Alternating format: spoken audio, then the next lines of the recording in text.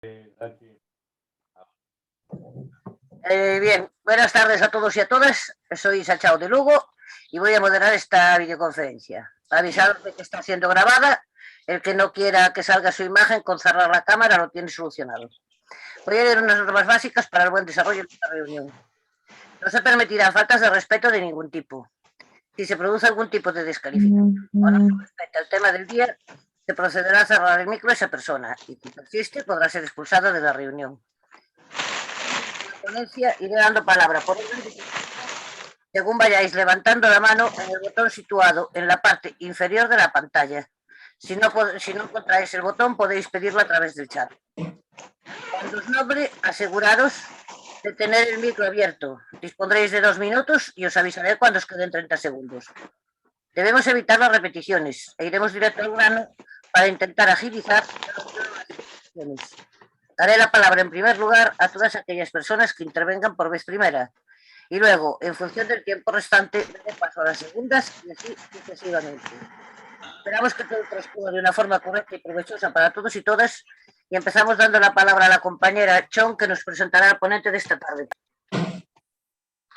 Hola, buenas tardes. Pues mirad, yo podría haber preparado aquí algo pues académico porque da la casualidad de que el Sáhara merece ser visto desde todas las perspectivas, pero yo las voy a decir desde el punto de vista humano, de lo que he visto yo y de lo que el compañero Larry nos va a explicar.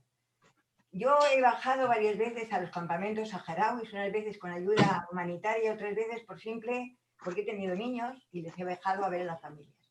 He encontrado un pueblo valiente, abnegado, austero, que no nos odia a pesar de lo que dicen por ahí, sino que al contrario, hubo momentos en que ellos mismos tenían el mismo documento nacional de identidad que nosotros mismos. Hemos visto un pueblo explotado, manipulado y olvidado. Y es precisamente porque no se puede olvidar en ningún momento lo que allí ocurrió y lo que puede ocurrir aún, pues vamos a dar el paso al compañero Larry. Larry es un hombre venezolano, pero de padres españoles. Él empezó a estudiar en la Complutense Ingeniería y como era de antecedentes españoles, tuvo que hacer la mili. Le tocó el Sáhara Occidental y concretamente el tercio, lo peor de lo peor, le tocó el tercio porque precisamente en vez de 3 años, allí quedaba suspendido en año y medio. Entonces, ahí termina mi intervención porque a partir de este momento quiero que coja la palabra Larry y os explique todo y luego su proyecto humanitario que es bellísimo. Larry, tienes la palabra, compañero. Muchísimas gracias, John. Agradecer ante todo a la compañera que me ha dado la oportunidad de poderme expresar delante de vosotros.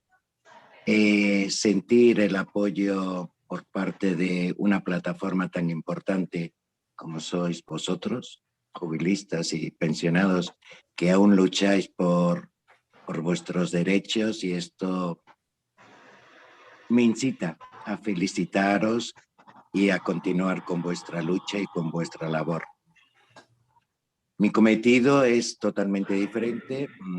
Yo vengo a pediros a vosotros el apoyo en una campaña que creemos que es muy simple de llevar a cabo, pero necesaria. Y naturalmente necesito de vosotros. Y precisamente por eso John me ha dado la oportunidad de estar esta tarde ante vosotros. Mi historia es complicada, pero sería un resumen de lo que he vivido, de lo que he conocido. En el año 75 el gobierno español abandonaba al pueblo saharaui a su suerte. 400.000 a 500.000 personas se quedaron sin poder huir, invadidos por el ejército marroquí, y 47 años aún, de esto hace 47 años, y aún están ahí, coaccionados, chantajeados, presionados, sin voz. Y en esas poblaciones no se puede hablar en Hassanía porque está penalizado con la cárcel, con el maltrato. Si gritas viva el Sáhara, vas a la cárcel.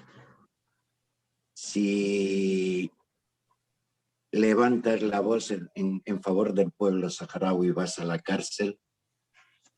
Y más aún, podemos hablar de una cárcel porque los marroquíes han dividido el Sáhara con un muro como el de Berlín, pero imaginaros, de 2.700 kilómetros, de 6 metros de ancho, y cada 5 kilómetros destacamentos militares. Está rodeado a todo lo largo con más de 11 millones de minas antipersona. Han creado prácticamente una barrera insalvable, han dividido al pueblo saharaui. El resto, los que pudieron huir, se han tenido que refugiar en campamentos de refugiados en la zona de Argel, y desde allí siguen luchando por sus derechos, por su independencia.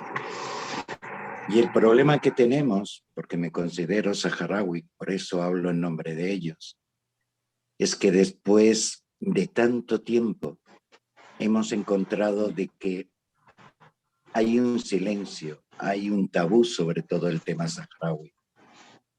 Y me gustaría que mi experiencia, por haber vivido en esos campamentos tantos años, sepáis de la realidad, de lo que se está viviendo en esos campamentos. Y pediros al mismo tiempo que os unáis a una campaña que es de apoyo a unos presos políticos que por gritar yo soy saharaui, por tener una bandera, por no querer ser marroquí, están pudriéndose en esas cárceles en condiciones muy inhumanas. Ha habido 453 desaparecidos en esas cárceles. Creo que darle un poco de apoyo moralmente entre todos sería una labor muy humana y muy bonita. Y por eso estoy aquí esta tarde, apelando a vuestra humanidad, a vuestro coraje por montar y luchar por unos derechos. Acordaros de esa gente, acordaros de ese pueblo que fue la provincia 53 de España y que ahora vagan. Ni siquiera se nos concede el derecho de tener una identidad. Para España son apátridas, los saharauis somos apátridas. No tenemos derecho a un país. Y esto es duro cuando se ha convivido tantos años, nos han tenido colonizados 150 años. Y cuando se fue el gobierno español de aquella época, no dejó ni un solo médico, ni siquiera un sanitario.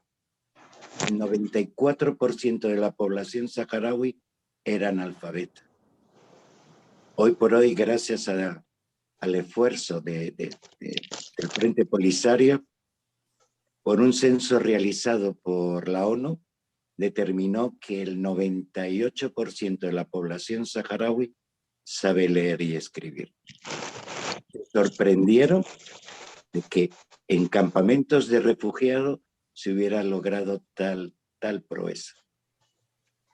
Bueno, me gustaría estar hablando muchísimo tiempo sobre todo ello, pero prefiero que cada uno de vosotros, si queréis, me hagáis una pregunta, o los que quieran preguntarme, yo abiertamente os contaré todo lo que pueda. Vale, pues a ver si alguien se anima a levantar la mano. Chon. Yo, Larry, sabes que te aprecio como quiero a mis niños, porque yo he tenido 3, y yo contaros una experiencia cortísima. Yo la primera vez que bajé fue con familias, ¿no? Dormí en el suelo, no en una jaima, sino en un chamizo que hacen ellos con unos ladrillos al sol. Y cuando a las 7 de la mañana me desperté, me puse a llorar como una magdalena, porque yo estaba acostumbrada, como todos nosotros, pues lo hemos pasado en algunos casos peor, mejor, pero yo estaba acostumbrada a dormir no en el suelo. Y cuando me senté, pues yo a mi niña, a mi Jadi, la tenía a los pies para que no los tuviera frío, porque yo siempre me quejaba de que mis pies estaban fríos. Y yo la tenía allí. Y le dije, ¿pero cómo te has puesto ahí? Dice, madre, ¿cómo no me voy a poner? Es que luego te empiezan los dolores de los pies y no puedes andar. Anda, vente.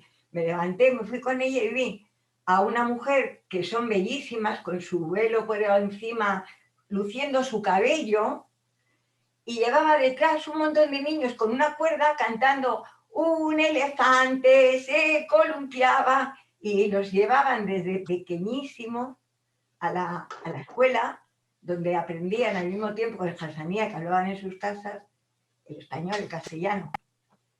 Eso me enamoró tanto que no sé la de veces que he bajado. Unas veces sola y otras veces acompañada, pero he bajado. Pero yo, Larry, perdona, me gustaría que tú nos contaras primero, antes de iniciar esto, esa vivencia que a mí me dejó tan sorprendida que la quise comprobar y llamé precisamente a los saharauis, a los que yo conozco, a los delegados, y les dije, pero ¿cómo puede ser que a este hombre le haya pasado esto? Y me dijeron, y no te ha contado todo, ha pasado más. Él está perseguido, estuvo por el gobierno español no desde el 75, sino desde 1974, cuando desertó. Y desertó porque se negó a violar a una mujer saharaui, porque su jefe, su mando, que no sé quién coño sería, legionario, lo veía normal que para que otro hablara delante del padre se violara a una mujer. Entonces, Larry, yo me gustaría muchísimo que iniciaras tu entrada con ello y luego te preguntamos, si no te importa, ¿eh? De acuerdo. A ver, Tenemos a yo Teresa, espera, que Teresa quería hacer una pregunta. sí. Teresa. Bueno, yo quería, bueno, ante todo, pues muchas gracias por estar aquí para informarnos de tantas cosas que ignoramos.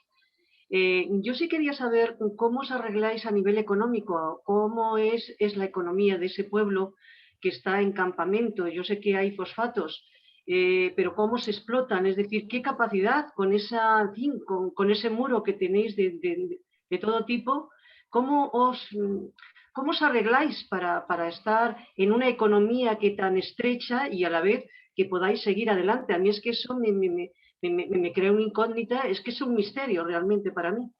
Mira, gracias por darme la oportunidad de expresar lo que voy a decir.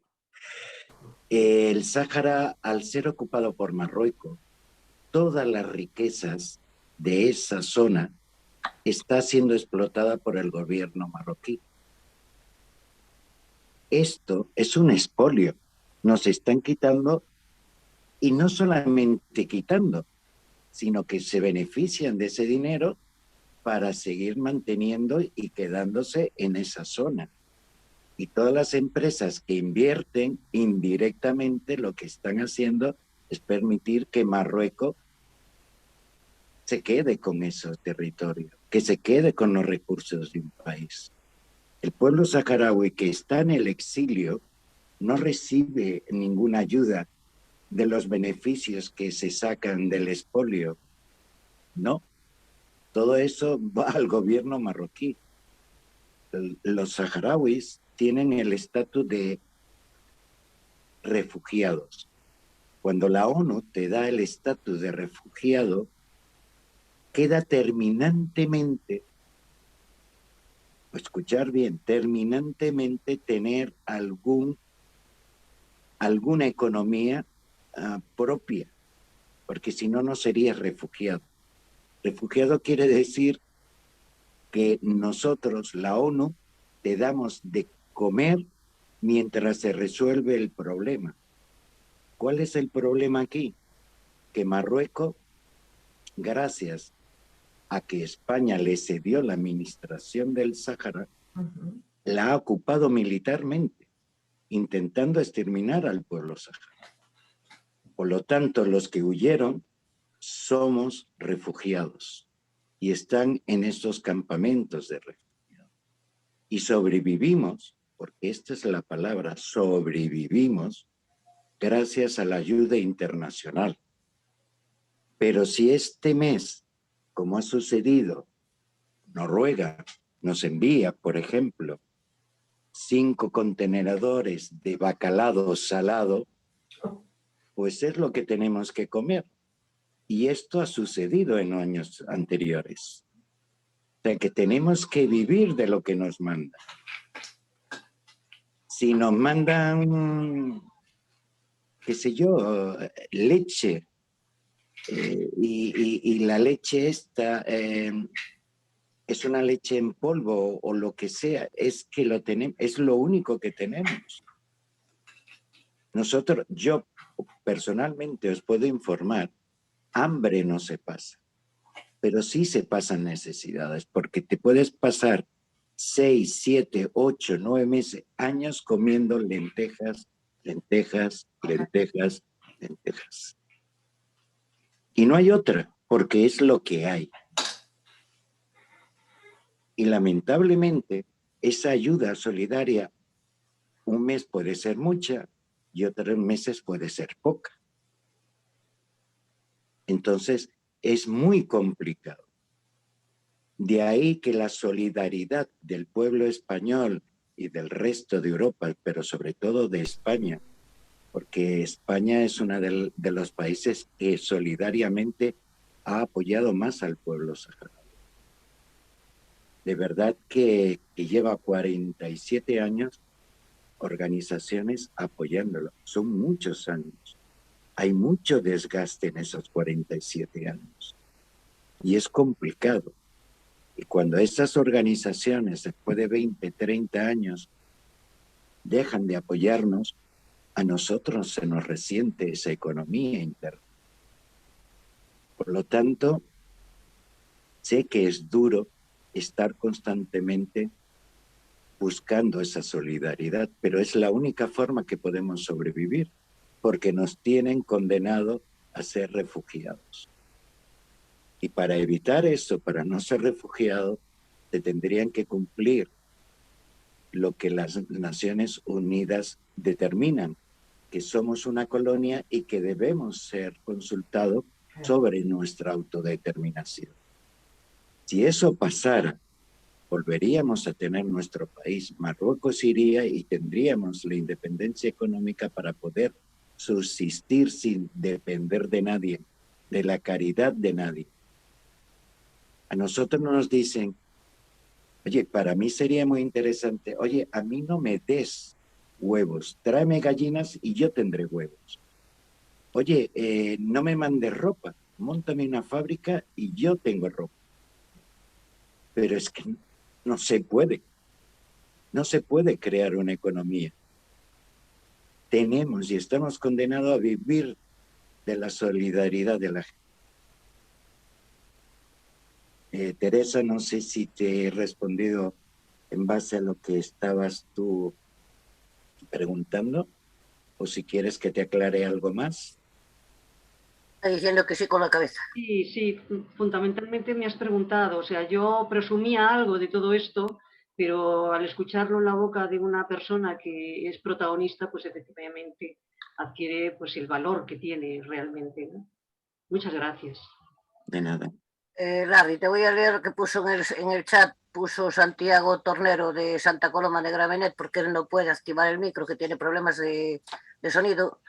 Entonces pone, allí no existen derechos humanos que clame contra su monarquía. Después, tiene doble nacionalidad saharaui y española la población del territorio del Sáhara. ¿Qué consecuencias prácticas tiene la resolución que recientemente ha anunciado la Unión Europea sobre la explotación de los recursos del Sáhara por parte de la monarquía marroquí? ¿Qué labor realiza a nivel internacional el pueblo saharaui con la comunidad internacional? Esa es la emancipación auténtica de los pueblos, su soberanía. Eso lo puso el compañero Santiago. Vale, vamos a intentar ir por la más simple de todas. Sí, ostento la nacionalidad saharaui desde muchísimos años y me siento parte de ese pueblo, por lo tanto, es un honor para mí ostentar esa nacionalidad y la muestro con orgullo. ¿Por qué? Porque es un pueblo que ha sido maltratado y las injusticias no debemos dejarlas pasar. Sobre todo, me has hablado de derechos humanos. Los derechos humanos existen, están aprobados, hay países que han firmado esos derechos humanos, todo el mundo habla de derechos humanos porque esto nos hace más democráticos, más buenas personas, pero hay países que aunque existan, no las aplican porque van en contra de su política o de sus intereses y no la aplican. Y a nivel internacional, tú no le puedes exigir a un país que cumplan con la normativa, porque cada país dentro de la ONU es independiente, es autónomo. Puede aceptarlas o no las puede aceptar. Yo lo que te puedo decir que Marruecos se las ha saltado y se las ha comido todas. Y lo más duro del caso, que los países que están viviendo de la economía que sacan de ahí, entre ellos España, lamentablemente, Francia, hacen la vista gorda. Yo puedo pasar cantidad de informes escritos por diferentes agrupaciones, ONG, organismos, plataformas, que han sacado a la luz esa falta de respeto por el gobierno marroquí. Indiferentemente, van a la basura. Van a la basura. Tenemos el caso que estamos gritando un montón entre todos. Sultana Jaya. Es una activista saharaui que lleva 345 días encerrada en su casa, sin juicio, sin ninguna convocatoria de haber hecho algo. Le han cerrado la entrada de su casa, no permiten que nadie entre, no permite que ella salga. Está encerrada, tiene domicilio carcelario, sin juicios, sin una acusación. Y lo que es más grave, han entrado en su casa en varias ocasiones y han violado todos los tratados. Han violado, la han golpeado, ha perdido un ojo. Y ella todas las tardes se levanta golpeada, sube al terrado, a su terraza y saca la bandera saharaui. Orgullosa. El día siguiente la vuelven a maltratar. Le han tirado excrementos, orina por todas las ventanas de su casa. Prácticamente vive en una, porque lo demás está hecho un desastre. La han golpeado repetitivamente. Y la última, gracias a que la gente muere de pandemia y se ve natural, pues hace cuestión de un mes entraron en su casa y le echaron polvos para infectarlas. 2 días más tarde tenía el coronavirus ella y su hermano. O sea, hasta eso. Hace cuestión de 4 días bajó, amparada por una organización y con la aprobación de la ONU, una abogada, una representante del gobierno español, que es pro derechos humanos, y una doctora saharaui, para ver el estado de esta señora. Los devolvieron. Llegaron al avión, se enteraron que quiénes eran y qué iban a hacer, y automáticamente los empujaron en otro avión y las devolvieron. El gobierno español no ha protestado. No ha protestado y no es la primera delegación que no le permiten llevar a cabo su trabajo. Y esto es lo grave, y esto es lo que me gustaría que la gente se diera cuenta, de que España habla de respeto, habla de derechos humanos, cuando son los primeros en callar cuando se violan sistemáticamente. Yo no puedo entender de verdad que no lo puedo entender. ¿Cómo Marruecos puede chantajear a España, a Europa, por la inmigración? Si no haces esto, te mando, mira, 10.000, 20.000 emigrantes. Claro. Es increíble. Además, chantajea con el terrorismo. ¿Por qué? Porque él considera de que él puede ser la solución del terrorismo. Porque yo puedo vigilar a todos los grupos terroristas, pero esto sí me tenéis que dar medios, me tenéis que mandar dinero. Os puedo decir que en los últimos 10 años, todos los atentados llevados en Europa, todos, el 98% de los que llevaron a cabo esas operaciones eran marroquíes. Y hablamos de Marruecos como un vecino maravilloso. Pues ese vecino maravilloso produce una cantidad de toneladas de hachís que le permiten ser el primer productor de hachís a nivel internacional. Y está inundando España y Europa con el hachís. Y sin embargo, demandamos dinero, 30 millones para que modernice la Guardia, 350 millones que le manda a Europa anualmente para que proteja las fronteras europeas, que proteja la droga, cuando ha duplicado la producción prácticamente, que proteja del terrorismo. Ese es el Marruecos que debemos conocer todos. Abrir los ojos a una realidad. Marruecos,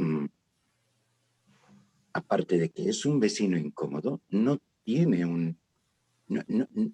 una política de amistad o de cooperación.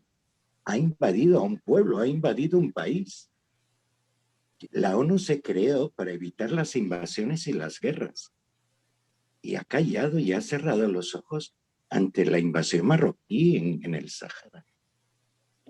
Entonces, cuando hablamos de derechos y vemos toda esta cantidad de actuaciones, yo me pregunto, ¿de verdad existen esos derechos?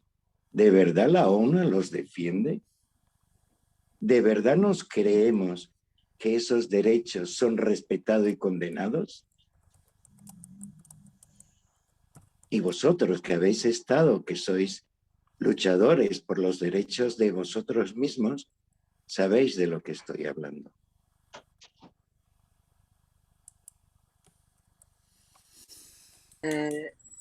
Larry, mientras la gente no levanta más la mano, nos cuentas la vivencia que te ha pedido Chon que nos... Bueno, naturalmente, pues si queréis que os la cuente, os haré partícipe de la misma. La verdad, no soy de contar parte de mi vida, pero bueno, creo que es necesario porque consideráis que os gustaría conocerla. Larry, disculpa, si tú crees que te resulta incómodo o algo así... No es incómodo. Para mí, al contrario, todo lo que sea manifestar y visualizar la lucha del pueblo saharaui, para mí es importante, pero no sé, creo que explicar mi vida, para mí, siendo lo más importante del pueblo saharaui, me parece anecdótico, pero puedo hacerlo y no me cuesta nada, al contrario, si lo pedís, pero quiero que me entendáis. Para mí es más importante hablar de la situación de los presos políticos en el Sáhara y de la pandemia y de la situación del pueblo saharaui que de contar a mi vida. Pero bueno. Disculpa, pero a lo mejor quizá no nos hemos entrado aún en el problema. O sea, sabemos de tu vida actual, de tu vivencia anterior por la que te lanza a luchar por el pueblo saharaui. Seguramente esa es la que nos interesa. Si tú no quieres, porque puede resultarte incómodo, pasamos directamente... Perdona. Pasamos directamente al proyecto tuyo, que ya te digo, a mí me parece maravilloso. Vamos, creo que además es importantísimo porque lo que acabas de decir tú antes, la única manera de poder defender esos derechos que tiene la gente allí es a través de ayuda nuestra.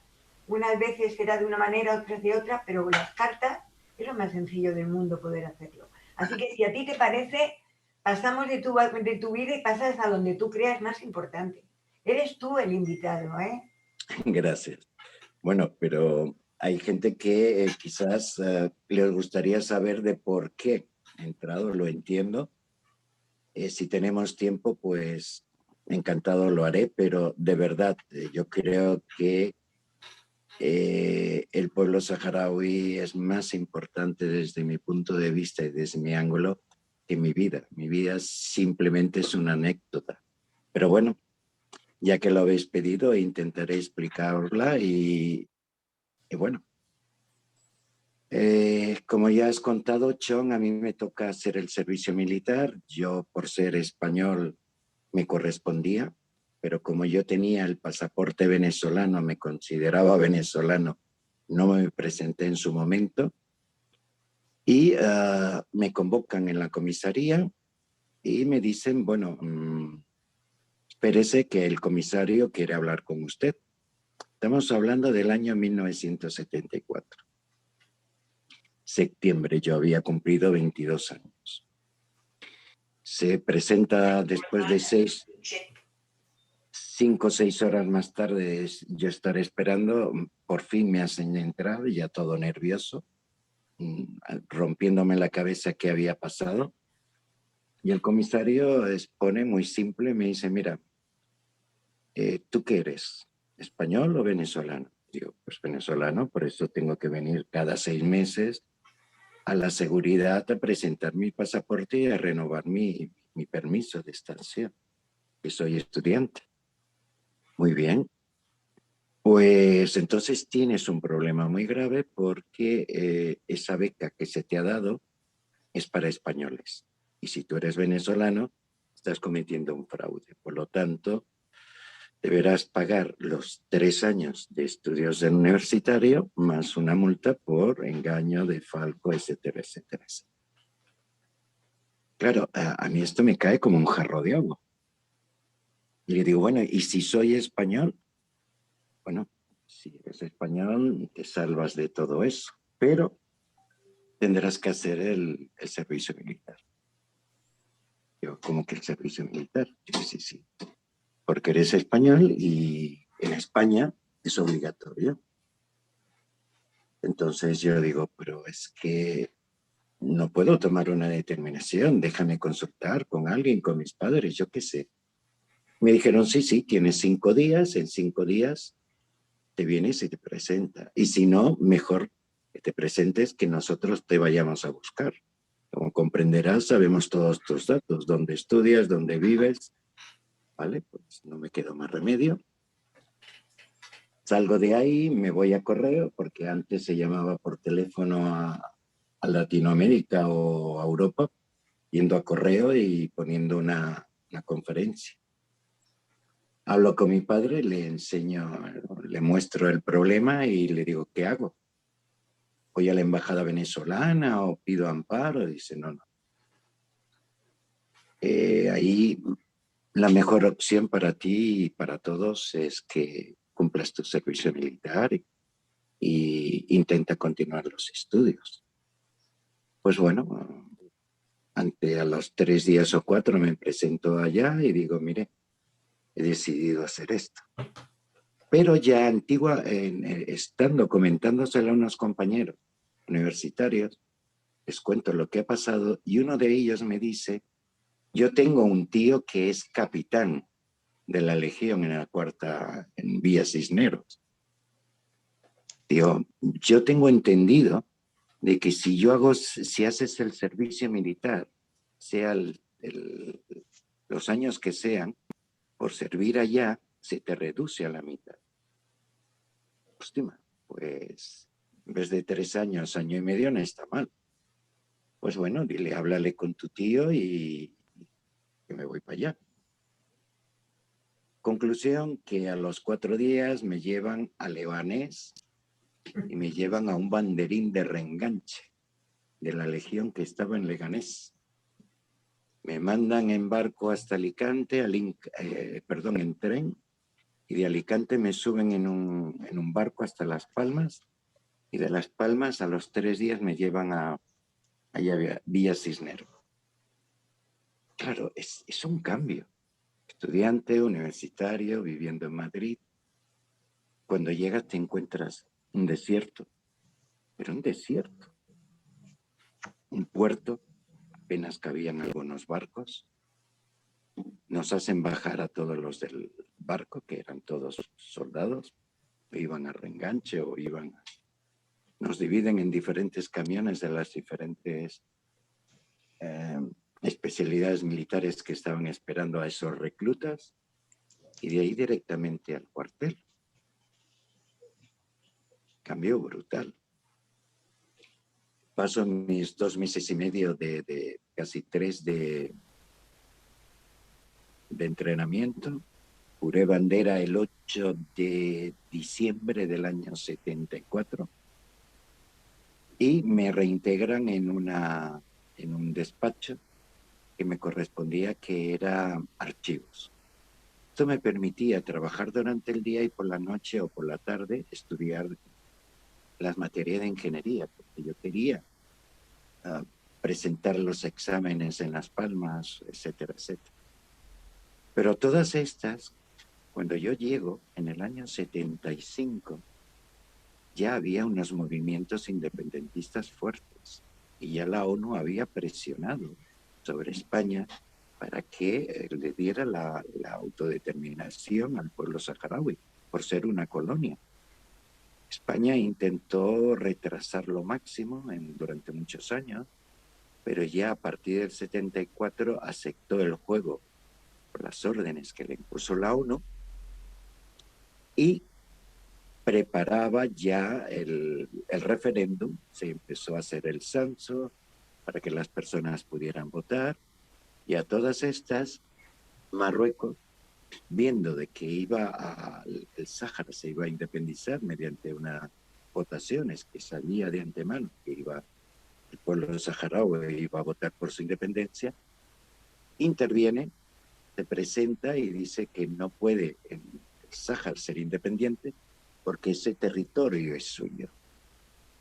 Entonces lleva esa demanda ante la Tribunal de Justicia Internacional.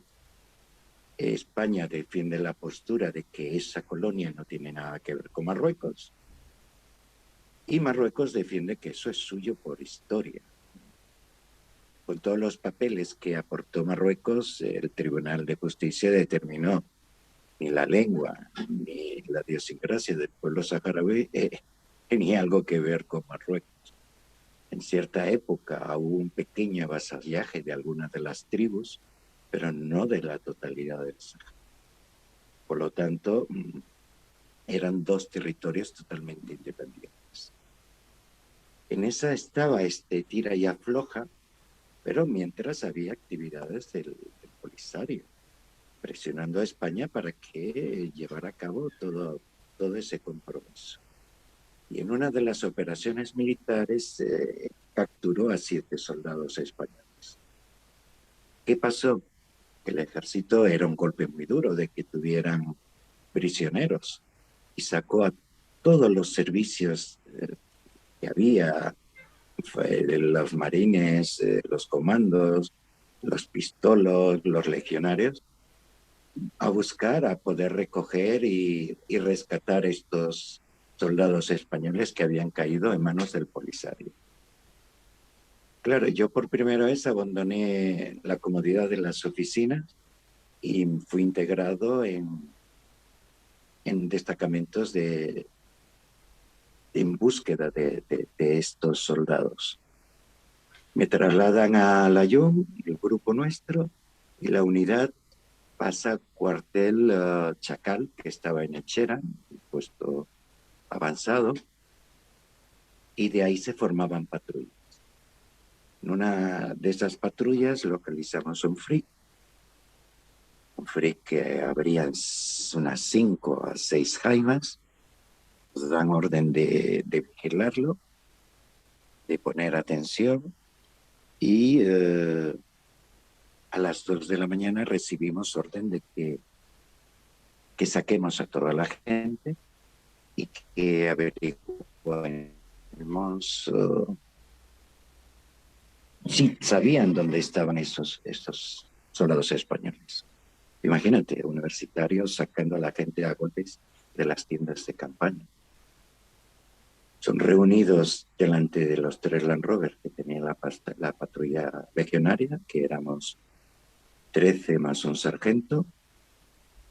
Una vez que reúnen a todo el mundo ahí, empieza el sargento a interrogar quién es el jefe de este PRI. Y bueno, sale un señor mayor y sin dirigirle palabra, lo primero que hace es estamparle el fusil en la boca al hombre.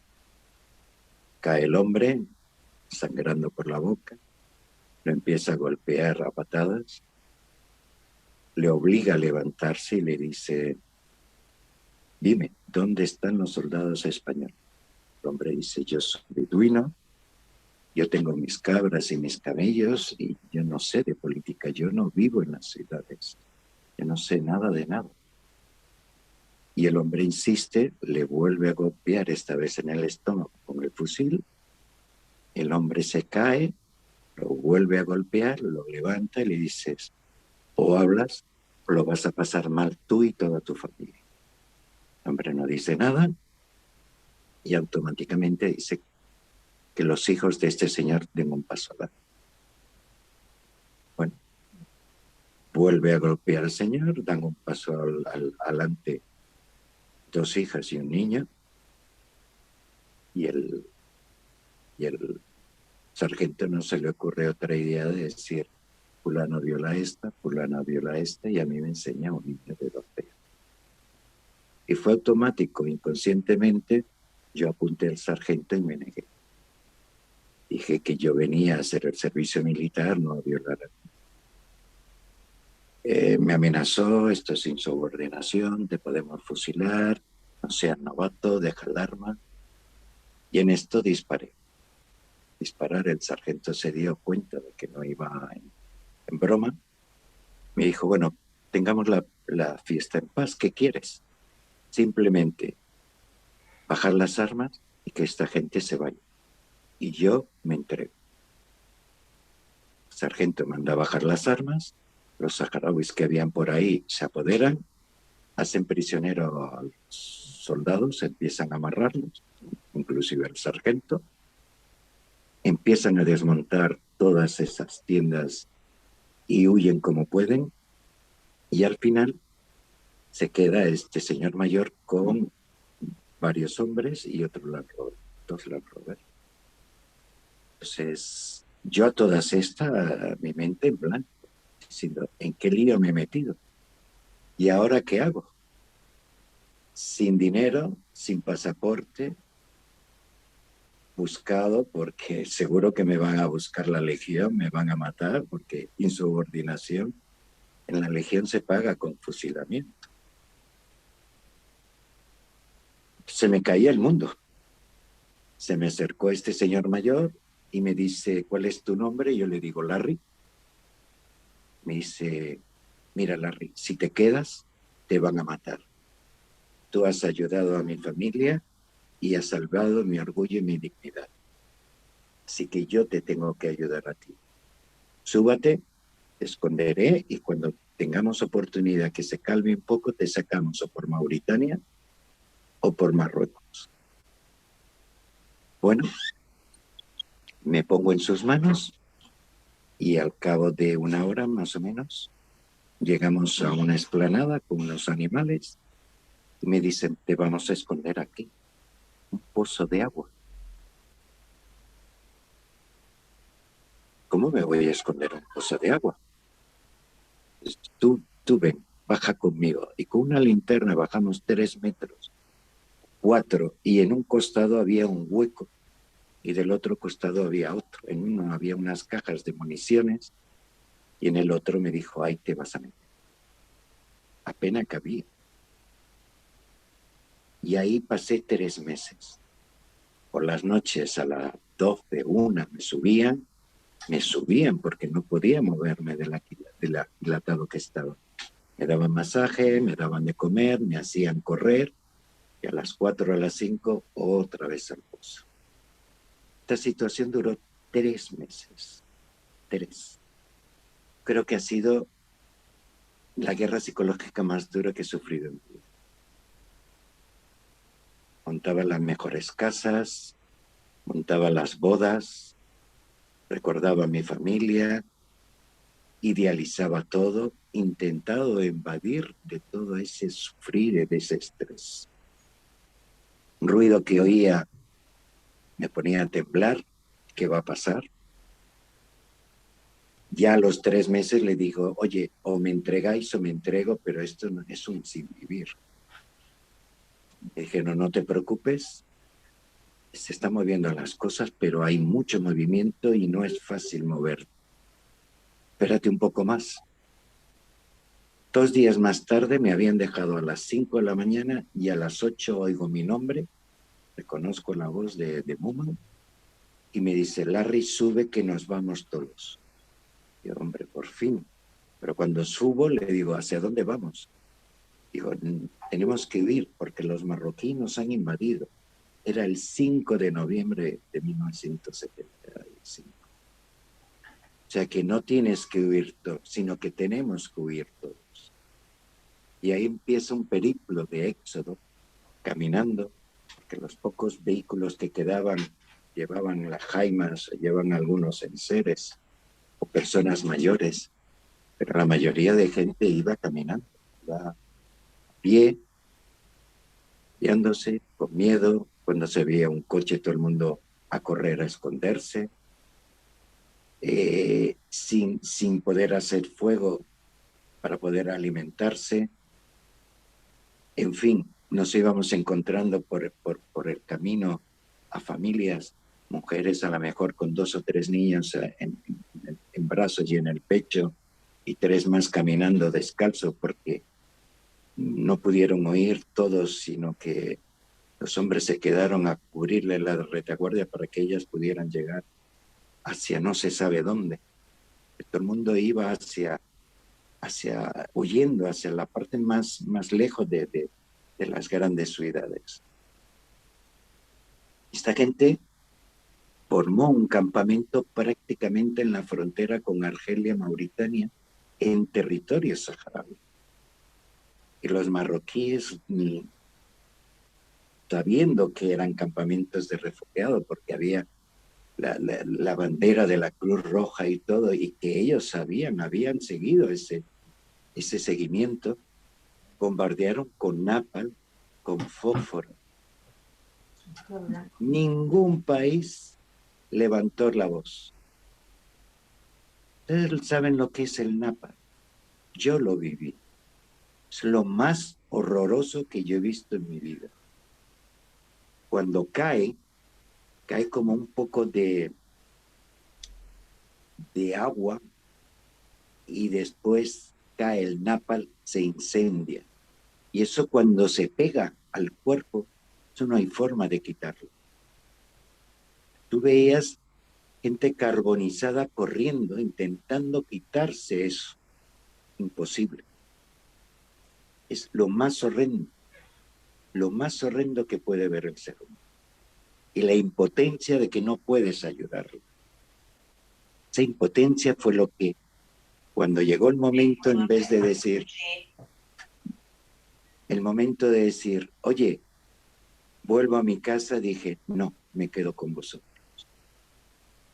Ahí fue cuando tomé yo la determinación de decir, y alguien me dijo, pero esta no es tu lucha, tú no eres saharaui. Digo, no, yo no soy saharaui, pero soy persona. Y como persona mi deber es ayudarnos. Y a partir de entonces me quedé con el saharaui. Y intento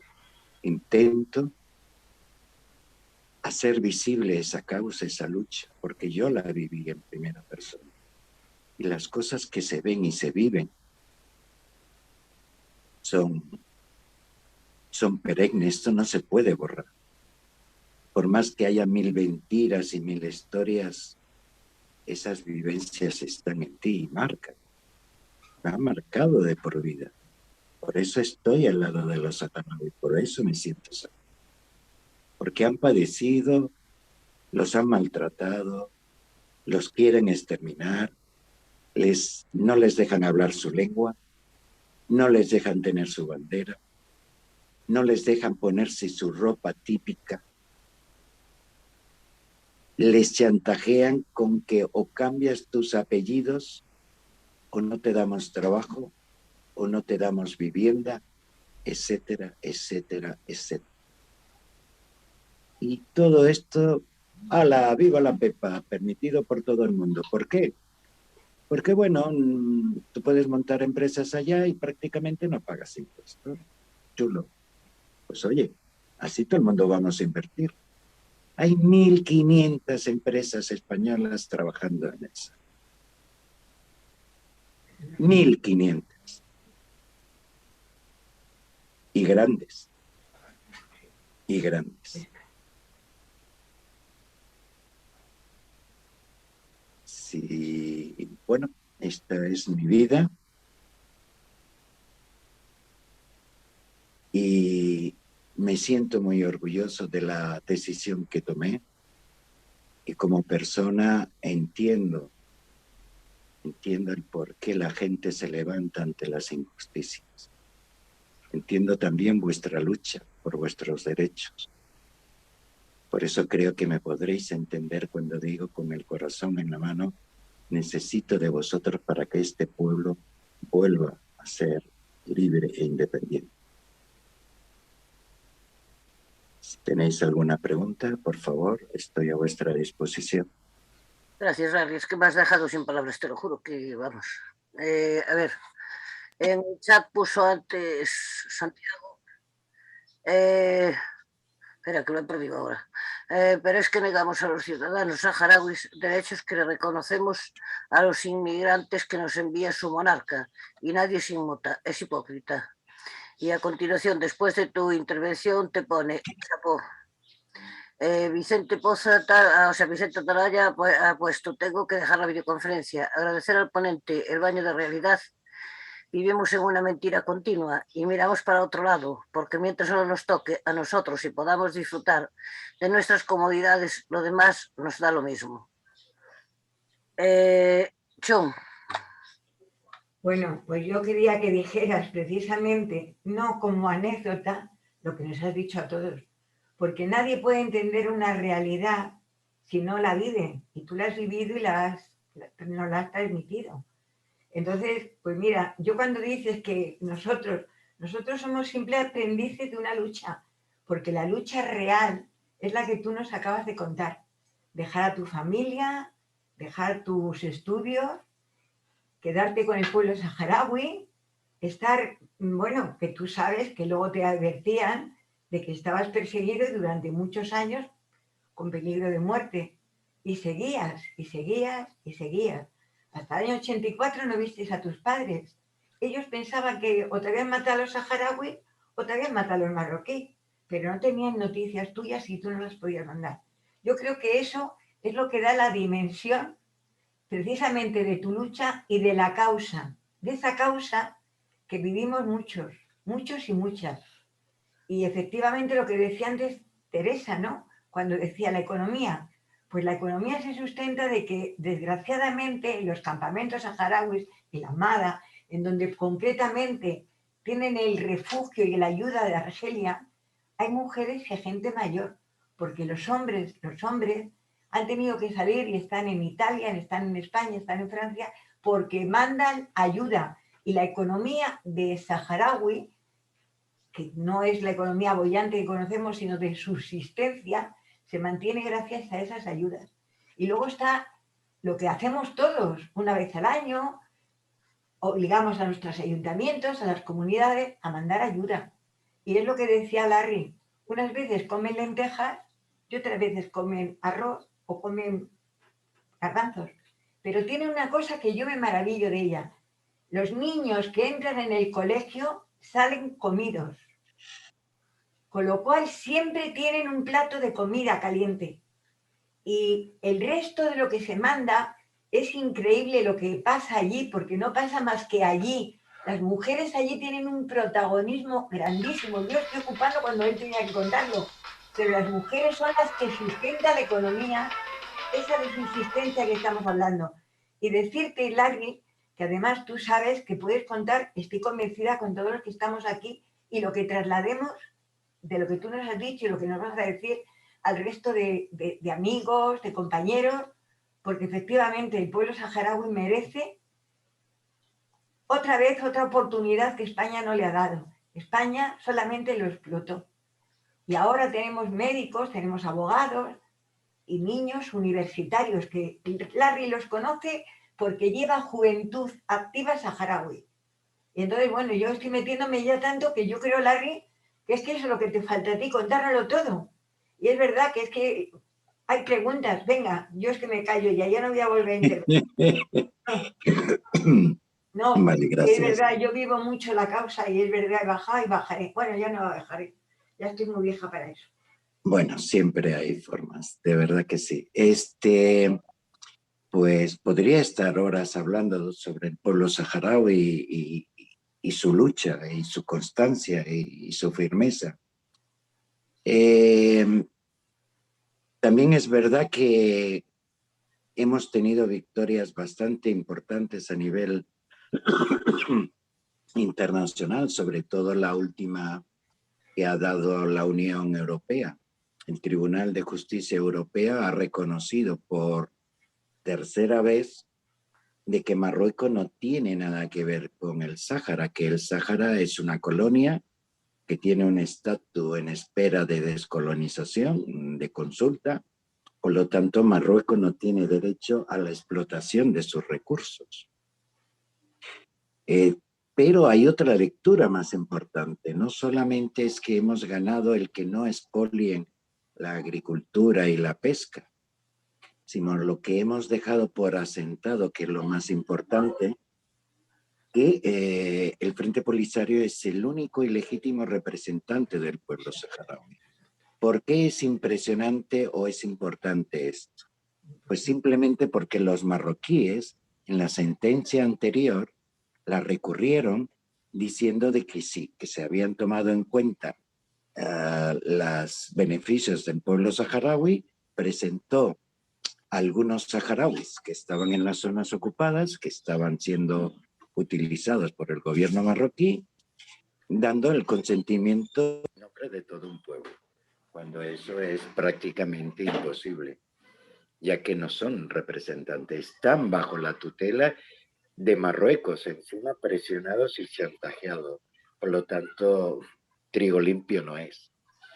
Y gracias a que el Tribunal de Justicia ha dejado recalcado que el único representante es el Frente Polisario, a todos los países que quieran explotar o sacar beneficio del Sáhara tienen que pasar por el Frente Polisario y no por Marruecos. O sea que para España, Francia y Marruecos ha sido un golpe muy duro. Yo lo que no entiendo, vuelvo y repito, muchos intereses que España pueda tener, no puede salir a defender los intereses de Marruecos, porque cuando esa demanda se presentó, Marruecos, por ser el demandante, tenía que defenderse ante esas acusaciones. Pero es que no se presentó solamente Marruecos, es que también se presentó Francia como persona que sus intereses estaban perjudicados, y España. Vamos, es que se retrataron los tres. Los tres se retrataron. Entonces, yo creo que la lectura es muy importante y es que todo, si vemos todo el proceso y vemos todas las sentencias del tribunal, de la ONU, todos reconocen el derecho internacional de que el Sáhara es una colonia y que debe ser descolonizada mediante un referéndum.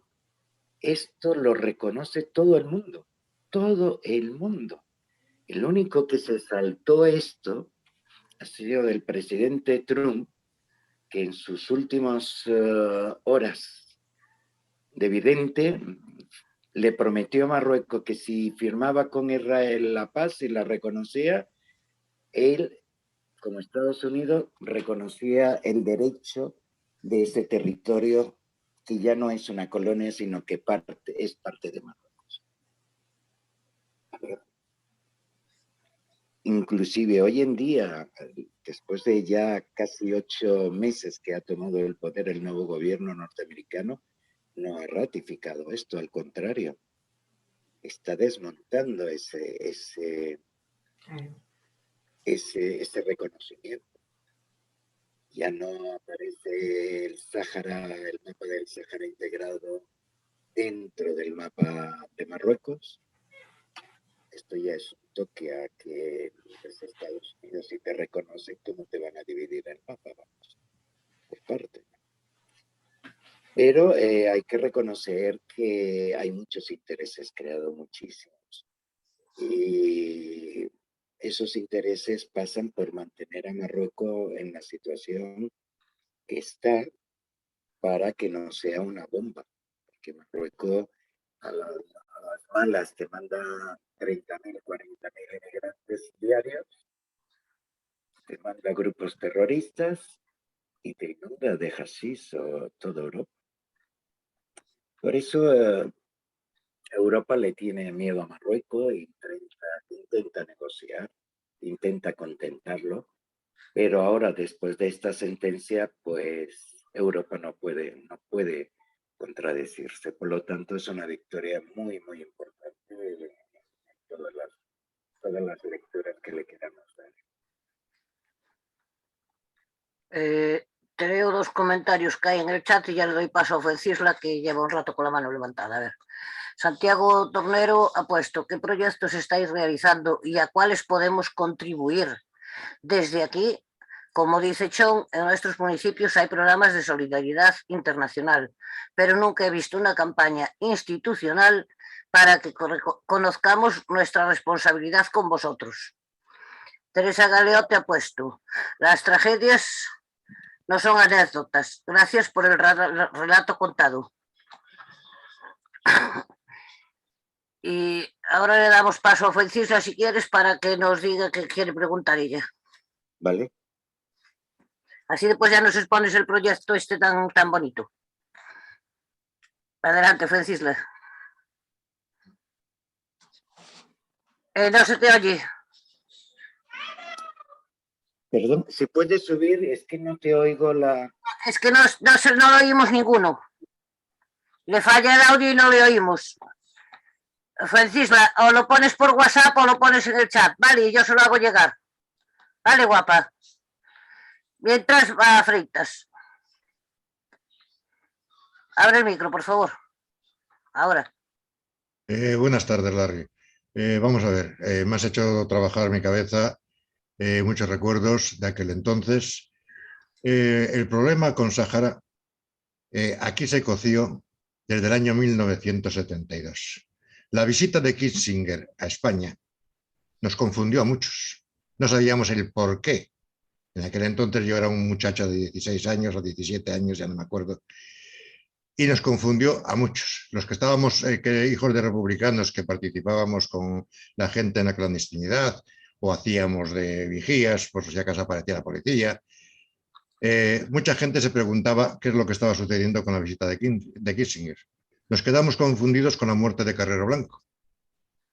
Pero después de eso, y Paz González igual tiene notificación por la gente de La Coruña, en una base militar anónima que tenían los yanquis en la provincia de La Coruña, ahí hubo parte de la flota americana fondeada casi un año, bajo tutela del gobierno español. Nadie se preguntaba el por qué. Intereses de Galicia en el Sáhara, muchos. El 70% de la pesca que venía a Galicia venía del Banco Saharaui, como le llamábamos nosotros. Había gente saharauis, que muchos de ellos viven ahora aquí en Vigo. En Vigo hay una colonia de saharauis bastante elevada, con un representante del pueblo saharaui, que en aquel entonces con su carné de segunda, porque ellos tenían carné de segunda, se vinieron a vivir a la ciudad y seguir trabajando como trabajaban muchos de ellos en actividades de hostelería y otros, la mayoría, en la cuestión naval, que era con lo que hacían, estando los buques gallegos faenando allí. ¿Qué sucedió? Con la aparición de estos buques, de repente Hassan II, el padre del actual rey o mangante marroquí, aumenta los límites de las aguas territoriales de 60 millas a 240 millas, dejando a la flota española, se puede decir, que con una cuña para entrar en Canarias y al límite de la llanura o de la plataforma saharaui. Como la mayoría de ellos eran cefalópodos, salieron perjudicados. Los que estaban al calamar o a la merluza o a otras especies, no tanto. Pero bueno, ahí empezó la historia. De repente la flota que estaba en Coruña fondeada, en la base americana, que ahora ha desaparecido, pero en aquellos entonces sí estaba, se dirige hacia Canarias. Ya fue el punto de alerta. No contento con esto, cuando empieza la movida, la revuelta en Marruecos, que si Marcha Verde, que empezaron a acusar en Marruecos de que si reclutaban a prostitutas, ladrones, estaban limpiando las cárceles y que los estaban concentrando en determinados sitios y que iban a hacer una marcha no sin identificar todavía a principios del año 75. De repente hay todo un revuelo y con ese revuelo aquí en Madrid, en el Congreso de las Cortes en aquel entonces, dos representantes, dos procuradores, representantes del pueblo saharaui, abandonan el Congreso diciendo que ellos son marroquíes y de Marruecos hay una comunicación en la cual el pueblo marroquí representado en España, o sea, el pueblo saharaui representado en España, se entregaba al pueblo marroquí, vendiendo los derechos que tenía España o el pueblo saharaui sobre Marruecos. Ahí empieza la movida, que si la Marcha Verde, que si los monos que mandó, los 5.000 monos que mandó el Idi Amin desde Uganda, 40.000 historias más. La cuestión es que todo el mundo decía, Bucra no da. Los fosfatos de Brucá y la línea férrea que había a lo largo de la frontera con Marruecos, en el Sáhara, eso es una pérdida de dinero. Los destacamentos militares, la cuarta bandera de la Legión, los requetés, la Policía Territorial del Sáhara, es un gasto para España. Sáhara es un desierto. La pregunta quedó en qué más se escondía en Sáhara en aquellos entonces. Cierto es, hay muchas empresas de gente de aquí de Galicia que trabajan con el cefalópodo, que se han mantenido allí en sociedad mixta, que es como exige Marruecos. Gente que es de Sáhara, lamentablemente, declarados marroquíes, pero que son saharauis. Y la gente saharaui de aquí en Vigo lo que nos dice, son traidores y nos han vendido. O sea que el problema para mí viene más grave de que una traición de sus propios conciudadanos haya perjudicado y haya generado todo este problema. Voy a romper una lanza porque muchas de las cosas que tú has dicho las acepto y son verídicas, no te voy a contradecir ninguna de ellas. Pero la cuestión es que sí es verdad que en aquella época los norteamericanos tenían un personaje que ha hecho mucho daño, que se llamaba Kissinger, Henry Kissinger, en donde él convenció al gobierno norteamericano diciendo la famosa teoría del dominó. Si tenemos a Argelia, que es roja, vamos a ponernos en el contexto. En aquella época existía aún la lucha fría entre Rusia y Estados Unidos. Argelia, considerada rusa, Libia, más de lo mismo. Sí, el Sáhara se convertía rusa por tener el apoyo de Argelia, supuestamente, el que le podía dar. Marruecos quedaba totalmente aislada, la frontera con el mar y aislada. Por lo tanto, según la teoría del Kissinger, la próxima en caer sería Marruecos. Y esto sería todo el norte de África. Y eso perjudicaría a todos los intereses tanto americanos como europeos. Todo esto fue un juego a tres bandas. Francia por un lado, presionando, Estados Unidos por otro, y las jugadas típicas, Francia, Marruecos, todos a favor de que ese terreno fuera donado a Marruecos para así evitar quedar totalmente aislada a Marruecos, porque Marruecos siempre ha sido los policías de Francia. Cuando hay una guerra, una revuelta, que el ejército que mandan es el marroquí.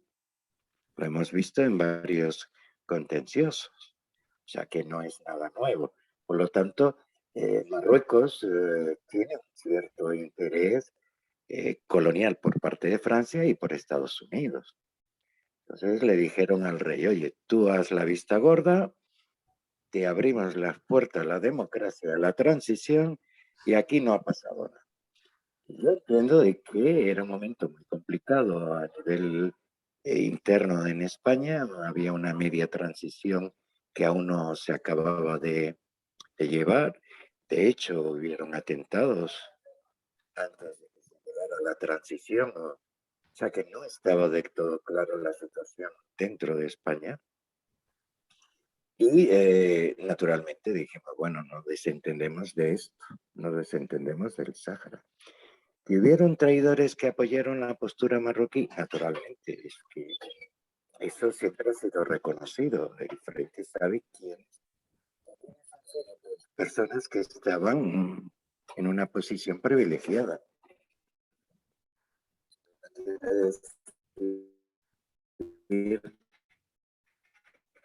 Se le De va la voz, Larry. que a nivel ético, si tú tienes que llevar a cabo el referéndum, no la hayas llevado a cabo. Lo demás son intereses. Y podemos poner mil causas, pero yo entiendo de que no hay ninguna excusa para que España haya abandonado de la forma en que abandonó su colonia. De verdad. Puedo entender razones morales, entre comillas. Puedo entender de que era la situación muy, muy difícil, pero sí podía haber defendido a la población saharaui. No la defendió, la entregó, prometiendo 2 días antes o 3 días antes en Tenerife, ante la en Las Palmas, en la Capitanía General, diciendo, bajó el que era rey en aquel momento, no era rey, era príncipe, y se dirigió al ejército español y dijo, señores, no abandonemos a la población saharaui, eso es nuestro, lo defenderemos hasta el último hombre. Joder, 3 días más tarde estaban vendidos. No, hay muchas cosas que no conocemos o dejamos de conocer, porque aquí están jugando a nivel de grandes ligas. Están jugando los americanos, están jugando los franceses, y España y Marruecos pues fueron peones movidos por ellos o por otros intereses, inclusive rusos, ¿por qué no? Entonces, lamentablemente, hoy en día la vida es global, y si tú tienes un país que tiene unos derechos, pero tienes la mitad de tus intereses ahí o el 30% de tus intereses ahí, pues oye, aquí no tiene derecho a que sea libre. Y este es el problema, que hoy en día nos damos cuenta que el dinero vale más que los seres humanos. Y es así. Y os voy a dar un ejemplo. Mira, tenía un compañero que estuvo en las cárceles marroquíes, capturado por los marroquíes. Y en la cárcel negra de Quinitra, él y otro compañero, y utilizaban diferentes sistemas para desmoralizar a la población presa. Y uno de los actos que tenían era coger una cucaracha o una rata y se la daban al preso. y le decían al preso, si se te escapa la rata o se muere o la cucaracha, esa noche no cenas y esa noche te vamos a golpear. Tú veías cómo el saharaui se desvivía por recuperar esa cucaracha o esa rata, que no le pasara nada porque si no las consecuencias serían como. Hasta que llegó un momento, un compañero de la cárcel dijo, yo no aguanto más, yo no puedo entender cómo una cucaracha, la vida de una cucaracha valga más que la mía. Y me contó mi amigo, que era su compañero de celda, que esa noche él estaba dispuesto a tirar la cucaracha a pisotearla delante de los carceleros. Es la historia de uno de los 453 desaparecidos. Con esto os quiero decir que son simple peones. Son simple peones, tanto los marroquíes como la misma España, porque si no yo no entendería la posición de España, no la entendería, de verdad que no. Esa presión y ese chantaje. La presión se entiende que queda por lo mismo, el poder yanqui en las situaciones. Ya no Francia, Francia también sus intereses creados. No hay que olvidarnos que el protectorado francés duró hasta hace muy poco. Por no decir, todavía siguen haciendo protección sobre Marruecos o apoyo logístico en Marruecos. Si no, la situación diplomática de ellos no se movería como se mueve. Freitas, Entonces está ahí la cuestión. Lo que quiero dejar claro es que para mí los saharauis son tan españoles como soy yo. gracias, Aunque Freitas. tengan alguno de ellos un carnet de segunda como tenían y como me los han enseñado, porque a mí cuando me hablaron del carnet de segunda me quedé muy extrañado y me enseñaron un carnet de Es que identidad te de ponen color verde nacionalidad o con un 2. procedencia apátrida. Los considerarán así mucha gente aquí en Galicia, por eso traemos a sus hijos a pasar los veranos, por eso tienen todo nuestro apoyo y por eso hacemos muchas cosas con ellos y los tenemos trabajando aquí como nosotros, como un español más. Es ahí la Gracias cosa. de verdad por esa solidaridad, de verdad. Eh, Yo siempre, últimamente hemos movilizado a los jóvenes porque consideramos de que tienen que tomar el relevo a esas generaciones, tienen que levantar la bandera y ocupar puestos. Y por eso estoy con el grupo de Juventud Activa Saharaui, que está llevando una labor de unificación y visualización de la causa dentro de España. Y de verdad, gracias a Chon por darme la oportunidad de poderme dirigir a todos vosotros, porque sois un colectivo muy grande. Y si logro que nos ayudéis en alguna campaña, pues para nosotros es una visualización máxima, porque no tenemos a tanta gente que pueda echarnos una mano. O sea que vuestro apoyo es esencial para nosotros en estos momentos. La campaña que tenemos en mano ahora es apadrina un preso. Antiguamente hay una campaña más completa que se llama así, apadrina un preso, que la lleva la plataforma en donde se recoge dinero para mandar enseres sanitarios al preso, mandarle libros y para mantener a la familia. ¿Por qué? Porque las familias de los presos están vetadas, no tienen derecho al trabajo porque su familiar ha hecho esto. No les dan ayuda, etcétera, porque el familiar está en contra de Marruecos. En fin, que esa es la campaña general. La nuestra, la que lleva Juventud Activa, es un complemento de esta.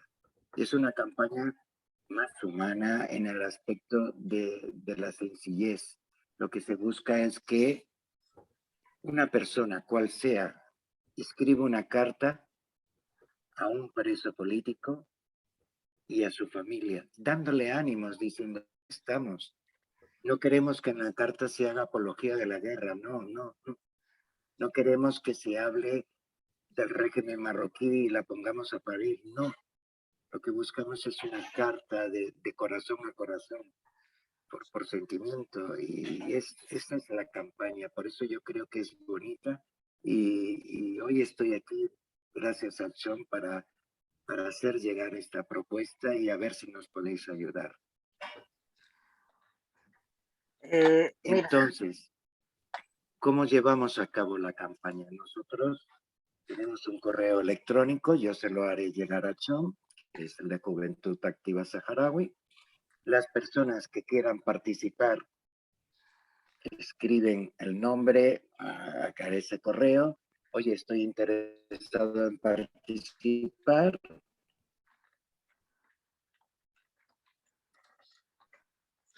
Larry, te falla la conexión. Y automáticamente Larry, te está fallando la conexión. responderá mandando del precio de la familia. ¿Vale? Isa, coméntaselo que no he escuchado. Larry, te falla la conexión y no te hemos escuchado bien. ¿Dónde estás? ¿Dónde está Larry? Se ha caído. Se ha caído. A ver si consigue volver a entrar. Porque se nos ha caído. Santiago, después tan pronto nos pase la información toda, ya te la hago llegar o bien por WhatsApp o bien por... Vale. No te preocupes que sin ella no te quedas. Vuelvo a entrar. Está entrando.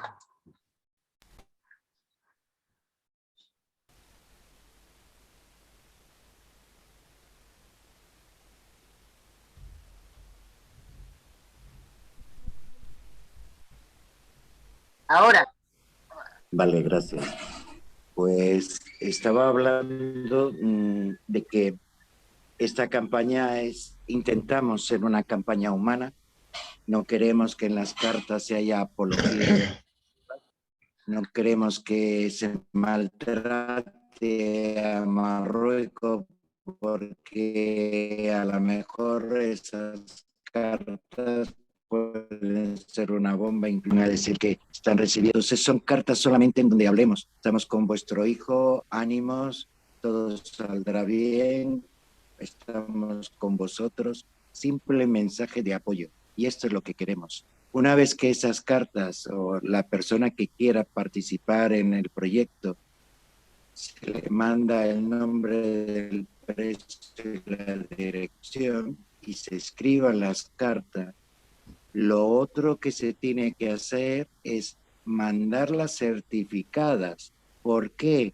Porque el papelito del certificado de las cartas se fotografiará y se mandará a Juventud Activa, que nosotros lo compartimos con 2 ONG que están en Marruecos, que son internacionales, para que hagan el seguimiento de esas cartas que tenemos certificadas. Si Marruecos no las entrega, estas ONG tienen pruebas suficientes para demostrar que Marruecos no está cumpliendo con la libre tránsito de las cartas, que es un derecho que tiene todo ser humano en el mundo. La libertad de cartas y la entrega de misiva, esté donde esté y sea quien sea el preso. Y bueno, imaginaros que mandemos 20.000 o 30.000 cartas. Esto sería una maravilla. O sea, asustaríamos al gobierno marroquí, saturar su correo. Y si no las entrega y se las queda, pues un motivo más para decir, oye, se han mandado 20.000 cartas, no estoy cubriendo. Otra medallita más, pero bueno, yo creo que paso a paso llegará un momento en donde ya no tendrá dónde ocultarse.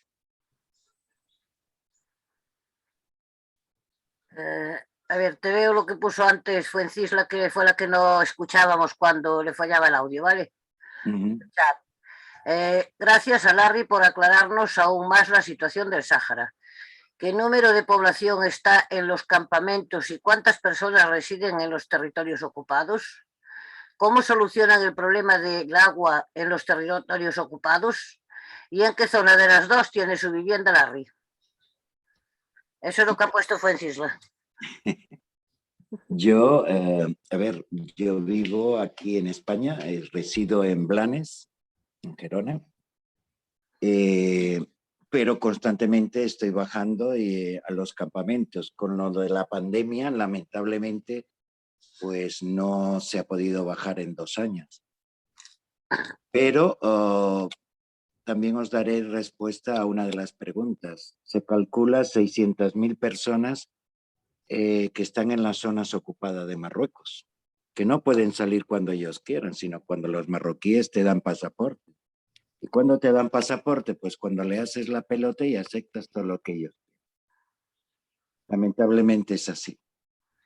Hay familias saharauis que no se han podido ver, que viven en los territorios ocupados, y familias que están en los campamentos saharauis. Hay gente que ha pasado 25 años, que se fueron de jóvenes a luchar al frente con 20 años y hasta los 45 no se han encontrado con sus padres. Si queda alguno vivo de ellos. O sea,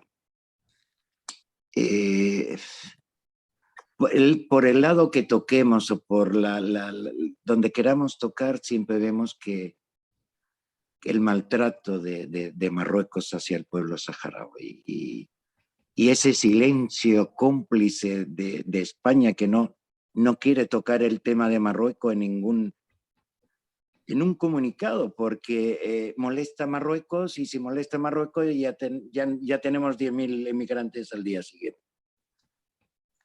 O que es más, a lo mejor otro atentado tipo Atocha, porque los que se llevaron el tipo Atocha eran por marroquíes.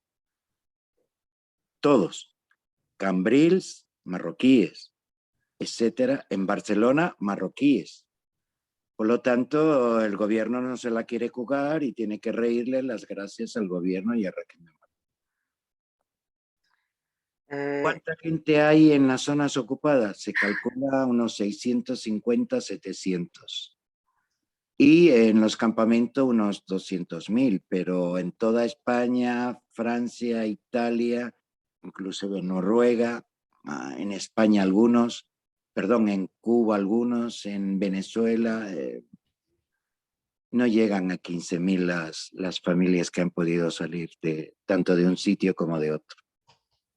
Y que son el sustento y el apoyo a los campamentos, porque estas son familias que trabajan aquí en donde pueden, porque muchos de los jóvenes que se graduaron en Cuba, sus títulos no son reconocidos. Tengo compañeros que han estudiado sociología, historia, que han estudiado psicología, y otras ramas que cuando vienen a España no le reconocen, o a otra parte del mundo no le reconocen los estudios cubanos, y terminan trabajando en el campo o conduciendo un taxi o haciendo de vigilante o camareros si son jóvenes. Entonces el poco dinero que tienen, pues, ¿qué hacen? 4 o 5 viven en habitaciones y el resto del dinero lo mandan para que su familia no pase necesidad en los campamentos. También es verdad que después de 45 años, perdón, gracias a esa ayuda y al esfuerzo de muchas de las familias, pues han logrado tener algunos televisores, han modernizado, poder conseguir algunas neveras, etcétera, etcétera. También es lógico, después de 47 años, yo me pasé 7 años alumbrándome con aceite y una mecha que hacíamos con ropa del turbante, o sea que no íbamos a pasarnos toda la vida con la mechita y el aceite. Es lógico que intenten progresar un poco dentro de sus condiciones. Con referente al agua, ha habido mucho apoyo por parte de muchas ONG españolas, y ahora se bombea el agua de diferentes puntos. Antes se tenía que llevar de Cuba en Cuba, pero bueno, este proyecto está en marcha, aún no está completado todos los campamentos, y hay zonas donde se necesita aún las cubas, pero en los campamentos principales más cercanos sí hay un bombeo ya dirigido hacia los campamentos. que llega a una zona, a otras cubas, y de ahí también se tiene que repartir a la familia, que no llega por grifo a casa, sino que llega a una cisterna y de ahí la gente se va aprovisionando. Pero ya no tenemos la necesidad de ir transportando con cisterna el agua a todas las cubas, porque a lo mejor, suponte que el viaje a Raboni a buscar el agua tarda 2 horas, se estropea la cuba y ese día no llega el agua a los campamentos, que ha sucedido no una, 20.000 veces. Entonces, pues, gracias al esfuerzo de muchas asociaciones españolas, se ha logrado crear un sistema de bombeo ya directo a cisternas y ha mejorado bastante la distribución del agua y la calidad del agua, porque se hace análisis, ya no es el de mano en mano, de cuba de cisterna a cisterna, no, sino ya es un bombeo y es mucho más controlado. Santiago Torrero, que tuvo que irse, ha puesto: con tu información me ha quedado aún más claro la dignidad del pueblo saharaui y mi deuda como pueblo con vosotros. Viva vuestra lucha y ejemplo de resistencia. Me ha pedido que le pase la información sobre la campaña y pues pone: colaboraré en vuestra campaña. He de marchar. Salud.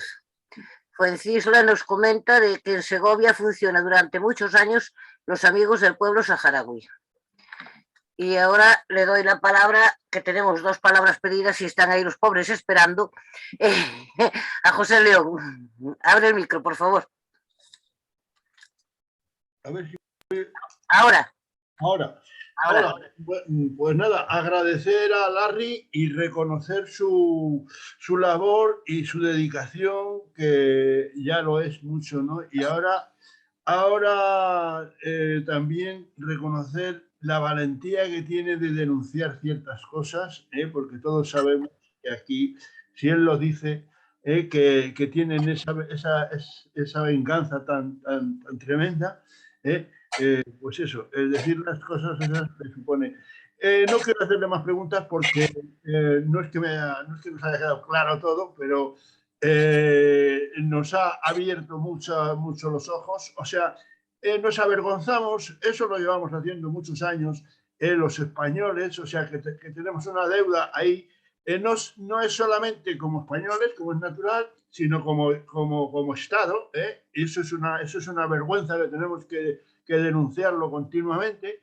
Y no solamente España. A ver, Francia, volvemos a lo mismo, está explotando, está aprovechándose, está y sin mover un dedo a favor de una injusticia que se está promoviendo ahí, y la ONU y por supuesto los de siempre, los americanos. Y, en fin, pues nada, lo repito otra vez, muchas gracias a Larry, y como un compañero ha dicho, desde luego colaboraremos en esa causa, como ya en alguna ocasión hemos tenido oportunidad de hacer algo por esa población tan maltratada, y que digo que nos tenemos que ver con lo que nos corresponda. Gracias. Gracias a ti por tus palabras, de verdad. Ahora tenemos a Agustín, que también ha pedido palabra. Agustín, abre el micro, por favor. Sí, buenas tardes.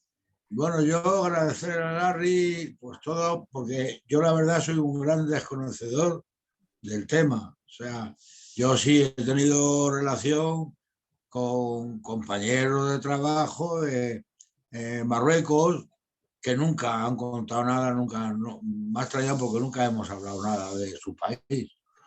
Pero bueno, tengo una experiencia, me imagino que cuando la Marcha Verde, cuando me tocó estar en la mili, y bueno, yo estaba, por suerte, por desgracia, pues en uno de los sitios negros donde íbamos los hijos de viuda, los padres que estaban casados por necesidad, porque habían dejado embarazada a la novia, o eran del País Vasco y estaban fichados. O sea, un sitio muy agradable.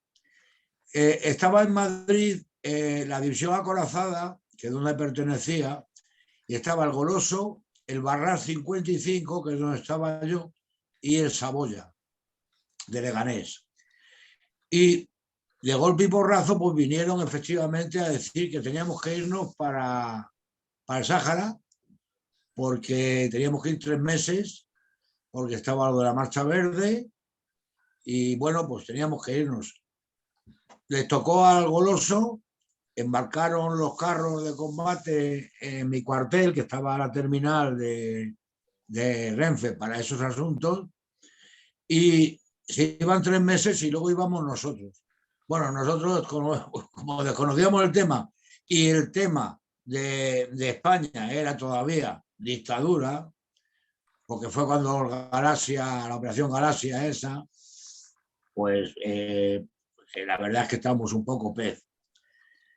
Pero sí, a la vez estábamos preocupados porque nos tocaba ir allí 3 meses. Y bueno, yo lo que quiero decir es que no llegaron a 3 meses los del Goloso se vinieron, a los 2 meses y pico se acabó la Marcha Verde. Con lo cual nosotros empezamos a respirar. Pero sí fue un momento serio en aquellos momentos, porque nos poníamos, además en el cuartel que estaba yo, estaban todos que habían estado ahí en el Sáhara, los oficiales, suboficiales, y la verdad es que estábamos preocupados, pero soy un gran desconocedor. Y efectivamente, yo si puedo contribuir en algo, pues no te lo dudes que voy a estar, nada más. Vale. Gracias por tu colaboración. Me gustaría que yo le mandaré a Chom el correo electrónico de Juventud Activa para que los que quieran colaborar escriban, les mandamos la información y podamos llevar la campaña. Y por favor distribuirla a todos vuestros colectivos, porque contra más conozcamos y más participen, gracias, de verdad que sí. Y luego, desde luego, que la distribuiré por todas partes. Gracias. Pues no hay más preguntas ahora mismo. Te doy la palabra, Chom. Bueno, muchas gracias, Larry. Claro que sí, que estaremos de hablar. Yo creo que qué bien que las asambleas que hacemos los lunes o los días que hagamos, le planteemos a la gente que hay allí si conoce el problema del Sáhara y la manera de ayudarle. Porque yo estoy convencida de que si cada uno de nosotros llevara 10 cartas de apoyo, serían al final esos 20.000 cartas que plantea el compañero Larry. Nosotras, yo creo que está aquí mi compañera, lo podemos llevar. Que funcione o no va a depender de lo que lleguemos y de la manera que lo planteemos. Y luego, por otro lado, yo sí soy del pueblo saharaui, soy amiga del pueblo saharaui, yo creo que desde el principio.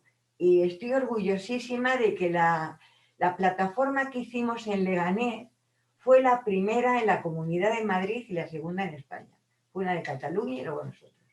Y fuimos reconocidos como bien de interés. Y efectivamente hemos conseguido que los ayuntamientos se impliquen algo, se impliquen trayendo niños, pagando el viaje a algunos, a otros los pagamos nosotros, y concretamente sacando pues un camión de la basura que se dejaba, se arreglaba, se metía, de bomberos bajaban a hacer, bueno, todas esas cosas, migajas, miseria, cuando lo que hay que darle es lo que tienen ellos, lo que nos exportan a los demás, dignidad. Tienen que reconocer que tienen que hacer el referéndum. Y ese es el problema final y el problema mayúsculo que tenemos, porque hay una cosa que no nos ha dicho Larry, que yo os lo voy a decir. Llevamos un tiempo en guerra.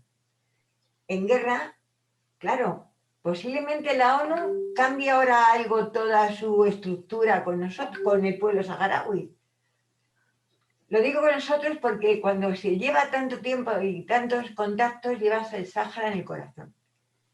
Y eso te marca mucho, ¿eh? Bueno, deciros que es verdad, pero que concretamente al haber entrado en guerra hay una serie de apreciaciones, concretamente han llegado al secretario general de la ONU, en el que se dice dónde ha caído alguna bala de rechazo, bomba y tal, y a lo mejor tiene que cambiar de alguna manera esa percepción que tienen de un pueblo que recula, que teme, que tiene. Yo concretamente cuando he bajado, una de las veces que bajé allí con mi niña, yo tengo 3 niños, a Budá, que vive en Cuba, a Nassim, que es un beduino que anda por todos los sitios, y a Javietu, que es mi quinta hija. Yo tengo 4 hijos, pues ella es la quinta, porque tenemos el contacto muy apretado, como ella dice, mamá, muy apretado. Bueno, pues mira, cuando ellos van a donde está la frontera, ese muro horrible que han creado, que se mantiene gracias al armamento que España vende a Marruecos, pues ellos dicen que cada año recorren y quieren recuperar 1 metro. Y en este momento no han recuperado 1 metro, han recuperado mucho más que 1 kilómetro. Entonces el pueblo saharaui está harto ya. Y eso lo tiene que decir Larry, hasta qué harto están. Y en algún momento no vamos a ser amigos del pueblo saharaui. Nos van a considerar enemigos. Porque la verdad es que si hay una madre patria, España con los saharauis es una madrastra feroz.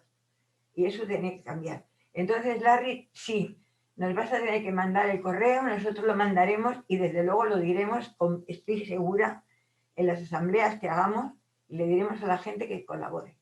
Y dependerá luego del conocimiento, de la simpatía y tal. También te puedo decir que yo concretamente tengo amigos marroquíes que reconocen la injusticia de ese pueblo. Y concretamente los que más son gente que tiene un problema también con Marruecos, que son los rifeños. Los rifeños quieren la independencia también de Marruecos. A ver, yo quiero dejar claro algo, Chom. Cuando yo hablo de Marruecos me refiero a su régimen, a su rey, pero el pueblo marroquí está sufriendo tanto como el pueblo saharaui, porque atravesar y jugarse la vida en pateras no es por placer, es por necesidad. Y también es verdad, y te lo reconozco, y no he hablado de ello, de que hay una guerra desde el 13 de noviembre, desde que se rompió el alto el fuego, porque el pueblo saharaui está harto de palabras. Supuestamente se iba a celebrar el referéndum en el año 2001, que se sentó el Frente y Marruecos a negociar. Y un año decía, bueno, pero es que ¿quién va a participar? 3 años sabiendo a ver quién va a participar, pues oye, yo no estoy de acuerdo, ¿y por qué no cambiamos los términos? Y cada año ponía contrapuntos, hasta que en el 2017 dijo, oye, yo no puedo jugar con mi pueblo, con dividir mi país, por lo tanto yo o me reconocéis ese derecho o no me siento en la mesa de negociación. ¿Por qué? Porque ya había creado intereses, ya se sentía fuerte, ya habían países que habían puesto embajadas, que es como semi-reconocer que el Sáhara es marroquí, se había defendido el muro con todos los sistemas electrónicos porque es que no se puede mover una mosca sin que sea detectada. En fin, ya les dio la libertad de decir, bueno, yo ya tengo con qué mantenerme y hagáis lo que hagáis, de aquí no me movéis. Y el Frente, a partir del 13 de noviembre del año pasado, en Guerguerat, ahora va a ser 1 año, no ha aceptado eso y ha ido a la guerra otra vez. Y diariamente, ¿qué dice el gobierno marroquí? Naturalmente que tiene muertos, pero ¿qué le dicen a la familia de esos muertos? Que han muerto del coronavirus.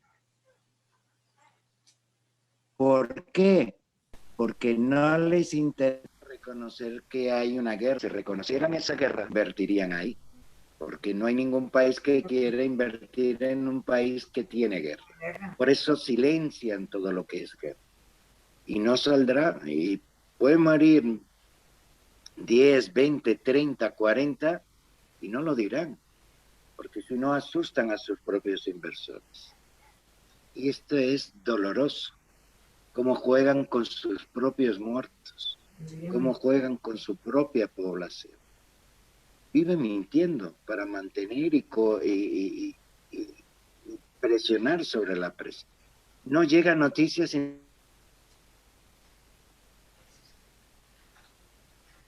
Otra vez te quedaste... Falla la conexión mucho. Ujú. Bueno, A ver, En las que el rey quiere que llegue. ahora tiene el micro cerrado. Abre el micro, Larry. Larry, el micro, Larry, el micro, que se te ha cerrado. no se te oye, no se te Ahora. oye. Tenéis que llevar a cabo el fin, así que me despido con el sentimiento de saber que estáis apoyando este proyecto y de verdad muchísimas gracias. Y bueno, mantendré en contacto con ustedes para que se lleve a cabo esto. Gracias una vez más, de verdad, de corazón. Gracias. Gracias a ti, Larry. Muchas gracias, de verdad. Bueno, pues hasta aquí hemos llegado, compañeras y compañeros. Ahora va a depender de nosotros que podamos hacer realidad esa petición que nos ha hecho. Él siempre está dirigido a la gente joven, pero todos sabemos cómo estamos en este país en este momento. Por eso se le dio la oportunidad de que se viniera aquí y nos lo dijera a la gente mayor, pero que aún tenemos algo de ese espíritu joven. Así que yo, sí, os mandaré, ya me lo mandó el otro día, el correo, y os lo haremos llegar para pediros que mandéis las cartas. Y toda la parafernalia que después hacer la foto de eso para que no puedan negar que se han mandado. ¿De acuerdo? Que es lo importante. Y muchas gracias. Nos vemos. Anunciar antes de nada de que el próximo jueves, día 14, tendremos la segunda vuelta, o sea, la segunda reunión monográfica sobre si queremos o no la unión del movimiento pensionista. La unión en la acción, perdón. La unión en la acción del movimiento pensionista. Entonces la tendremos el próximo jueves, día 14, a las 6 de la tarde. Vale. Entonces ya os llegará la invitación y ya veréis el cartel que ya saldrá publicado a partir de hoy. Casi en vísperas de la manifestación de la COESPE, ¿eh? Casi, sí. Pero es como el tiempo corre en contra nuestra, pues tenemos que hacerlo, pero sí o sí. Vale. Bueno, pues muchas gracias a todos, un aplauso para todos. Muchas gracias a vosotros. Venga. Un abrazo fuerte. Muchas gracias.